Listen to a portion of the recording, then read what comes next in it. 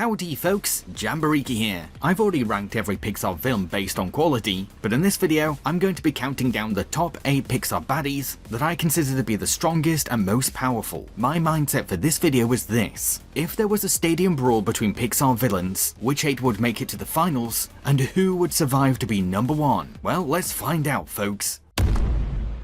Randall from Monsters Inc. This lizard-like monster is the work rival of the big fluffy Sully, who is actually working with his boss to steal Kid Screams by force. Randall may be a weaselly and skinny creature, but he's also gifted with the power to camouflage or go invisible. This unique ability is what gives him the advantage against the large-set Sully, because our hero can't easily fight or dodge what he cannot see.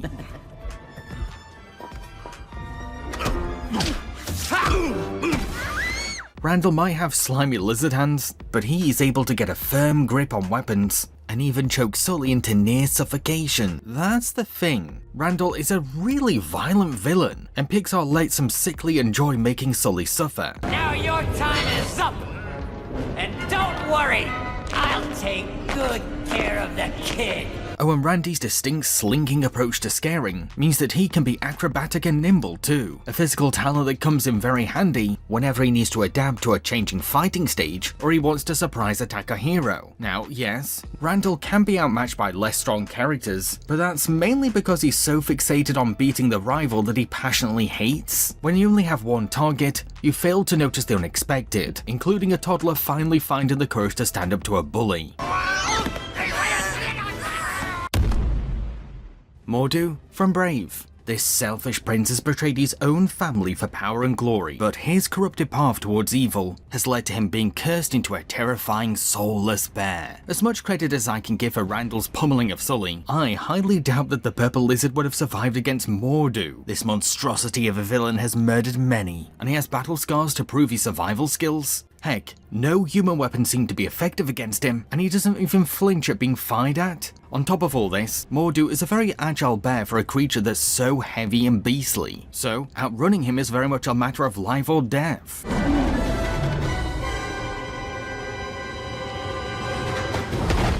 Oh, and a claw slap from this bear is nothing to snort at either, because Moru packs a punch that would make even Muhammad Ali blush. The one and only thing that can compete against this villain is another cursed bear. Even then, the competition is too equal to balance things out, and it takes an ancient rune falling to make the final blow.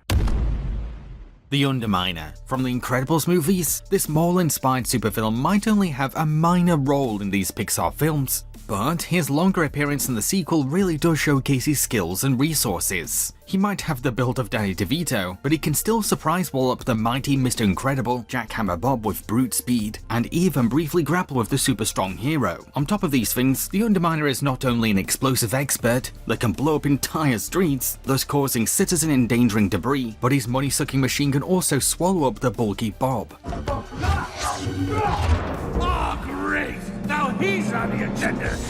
Now, sure, the supervillain does cowardly bail on his dastardly crime, but his jaw-droppingly huge tank keeps rolling on. A vehicle that's so heavy that it casually drives over Bob like he's chewing gum. The only way for our heroes to stop this drilling machine's ominous march is by knocking out its boiler, but the thing still manages to leave one last bit of damage before shutting down.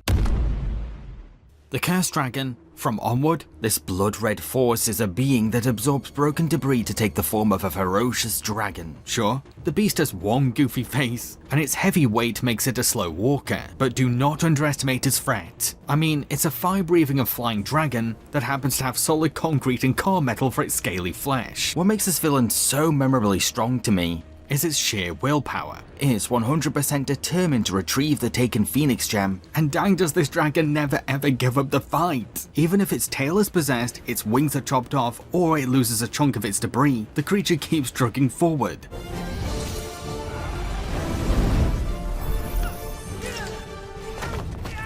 Heck, when Ian and Barley's mom stabs this dragon's core like a badass, the beast actually uses pure bodily strength to reject the blade. Damn. In the end, it's a creative mix of magic and swordplay that defeats this ancient monster, but boy did the creature do its very best. Auto? From Wall-E. This devilish robot acts as the automated AI for the Axiom, a ship that's carrying the very last of Earth's humanity. However, Auto is actually a really cold machine that's been programmed to keep humans from ever returning home. While the Axiom does have a captain, I'd say that it's in title name only, because it's actually Auto itself who has the ultimate power of this ship.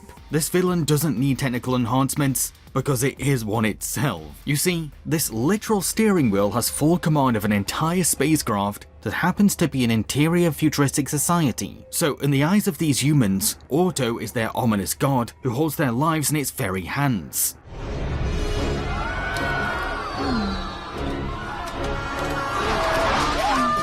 Oh, and let's not forget how close Auto gets to murdering Wall-E, all through manually operated brutal force. No!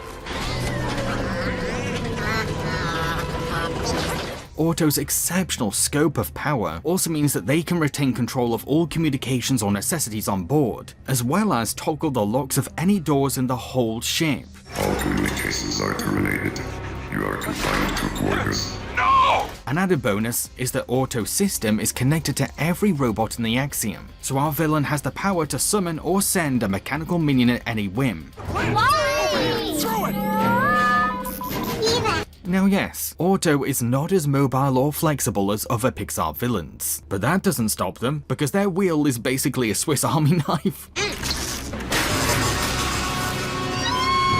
Sure, Auto does have an off button that can shut them down, but A, every Pixar villain has a weak spot. None of them are invincible. B, Auto puts up a good, tough fight before its off button's door even visibly unlatches, and the captain has to make physical milestones as an obese hero to even reach Auto's button.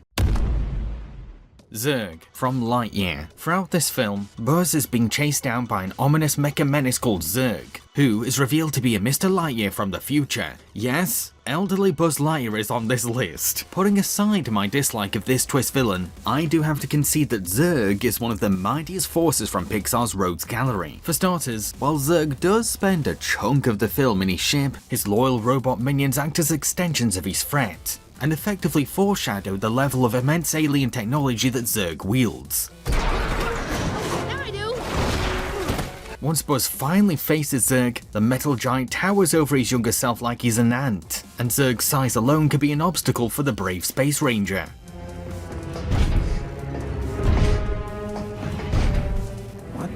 In action, Zerg's strength and power matches his stature, primarily thanks to the fact that his armor is sturdy enough to deflect lasers, but also due to how the senior's strength is increased tenfold, so he now has total freedom to torture, torment, and throw about Buzz. Oh, and not even a lack of gravity can stop his unforgiving violence. Let's also point out how Zerg's hands can mechanically transform and aid his fights against Buzz in many ways, from a blaster cannon that he can relentlessly rapid fire to an extendable grabber for ranger snatching.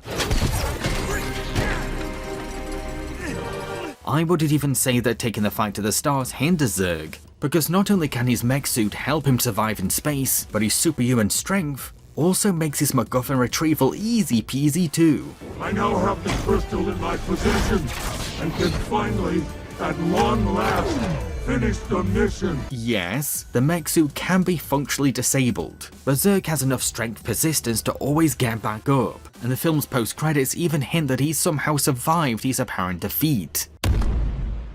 Lord Grygon from Elio. This warmongering Hylergian alien has decided to wage war on the Communiverse, but things get personal for him once his son is used as a bargaining chip. Now, I will confess that Grygon shares a lot in common with Zerg, which did make it hard for me to rank his place. Not to mention, analysing this particular villain for his strength and power feels weird, considering the intended message of Elio. However, this is still one of the toughest baddies from Pixar, and I can't pretend that he doesn't belong here. I mean, Grygon is the ruler of a race of aliens that wear top-class space armor, which can not only protect their soft organic bodies, but also give them super strength that can break through alien mech and a wide array of slick cyberpunk weaponry. Pull!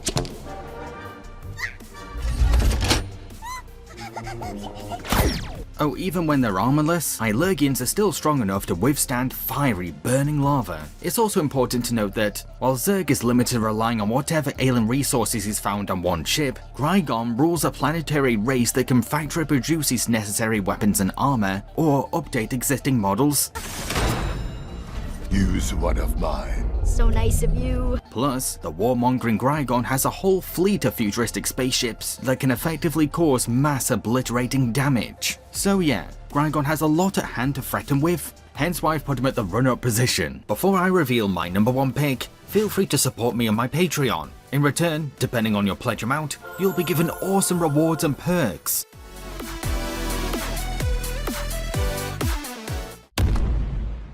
Syndrome. From The Incredibles, after Buddy is turned down as Mr. Incredible's child sidekick, he grows up to be a wealthy techno-villain called Syndrome. Yes, Buddy is basically a total dork who is LARPing his comic book fantasy, but he's also a crook that's swimming in pools of money, and these riches are the source of his limitless power. Turns out there are a lot of people, whole countries who want respect, and they will pay through the nose to get it. How do you think I got rich? Whatever the other villains on this list can do, Syndrome can do too, maybe even better. Because he has the freedom to burn money on weaponry, gadgets, lair security, and even rocket technology. He can go on a murder spree without ever hitting a single roadblock. Because his funds are never ending, and his only real limit is his own twisted imagination, which is all backed up by his impressive credentials as a science prodigy. Someone needs to teach this hunk of metal a few manners!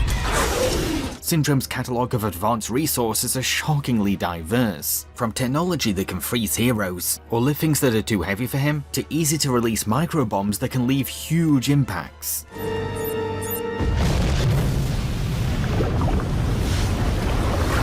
Of course, Syndrome's most iconic attack force has to be spherical robots. These nimble mechanical foes are not only incredibly dangerous, but can also scarily adapt to molten lava, and, worst of all, rapidly improve itself through AI learning.